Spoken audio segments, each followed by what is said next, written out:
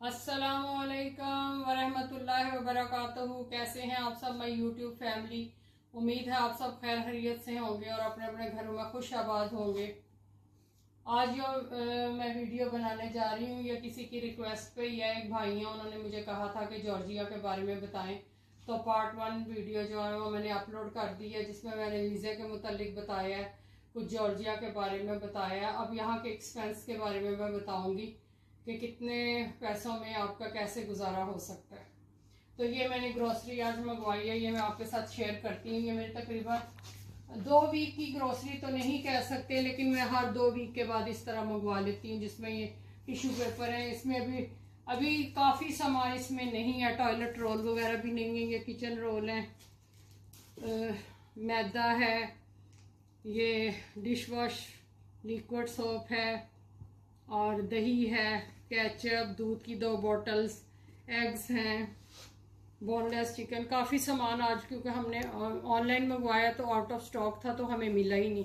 कुछ थोड़े से फ्रूट हैं, ये पानी की बॉटल्स हैं, ये 1.5 लीटर वाली है, और मैंने वो जो बड़ी बॉटल्स हैं वो भी मेरे हाल है वो आई थिंक 10 लीटर की है या 9 लीटर की, वो भी मैंने वो तो पूरे मंथ की मैं मंगवा लेती हूँ। फ्रेंच फ्राइज़ हैं। ये सिर्फ सामान जो है आप यकीन करें कि मेरा 400 लारी में आया है, 400 जॉर्जियन लारी में। बटर है, और इसके अलावा जो है अभी मैंने चिकन लेके आनी है क्योंकि चिकन हलाल नहीं मिल रही यहाँ से। फिर मटन लेके आऊँगी, बीफ लेके आऊँगी, वो अलग से है। 37 लारी पर केजी मटन है इधर, और तकरीबन 25 to 26 लारी बीफ है बोनलेस। कीमा और बीफ वही सेम रेट। तो जब हम आए थे असल में जॉर्जिया बहुत ज़्यादा सस्ता था 1 साल पहले, लेकिन अभी इतनी ज़्यादा महंगाई हो गई है। और ये जो ग्रोसरी है जब हम लेते हैं तो इसके ऊपर हमारा 18% टैक्स आता है, 18% टैक्स है यहाँ पे।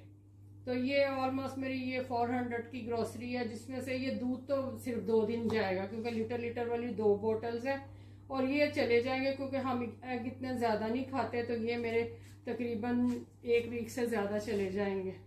बाकी जो सामान है मैंने डेली मंगवाना होता है, जिसमें यही दूध वगैरह होता है, ब्रेड होती है, ब्रेड बेटी खा लेती है।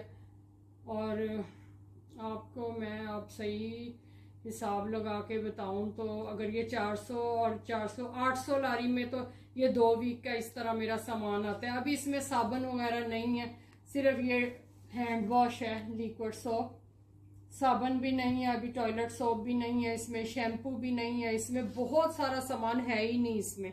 लेकिन मैं वो सामान मंगवाती हूँ जो बिल्कुल ख़त्म हो जाता है, फिर क्योंकि हम 2 लोग हैं तो वेस्ट जाता है इस तरह काफ़ी सामान हमारा खाने पीने वाला। तो जब ये ख़त्म होगा तो 2 वीक का फिर मैं मंगवा लूँगी, यानी कि 1 मंथ में 800-900 लारी का मेरा ये सामान आता है। इसके अलावा मेरे तकरीबन 300 लारी में मेरा चिकन और मटन बीफ वगैरह आता है, यानी कि 1100 लारी हो गए। उसके अलावा भी जो है ना आपके डेली का जो सामान आता है वो भी तकरीबन 10 लारी 15 लारी तो आपके रोज़ के लग जाते हैं। उसके अलावा वीकली मैं फ्रूट मंगवा लेती हूँ, वीकली ही वेजिटेबल्स मंगवा लेती हूँ करीबी मार्केट से बेटी को भेज के। तो ये मेरे हिसाब से जो है ना तकरीबन आपको ना 1500 लारी चाहिए होता है। सिर्फ ये 2 लोगों का मैं बता रही हूँ, 1500 लारी में ये सारा सामान, जिसमें टोटल मतलब पूरी ग्रोसरी और हर चीज़ मिला के ना 1500 लारी लगता है आपका। ये पानी की बॉटल्स हमने मंगवाई हैं, 10 बॉटल्स मंगवाई हैं, और ये 10-10 लीटर की बॉटल है।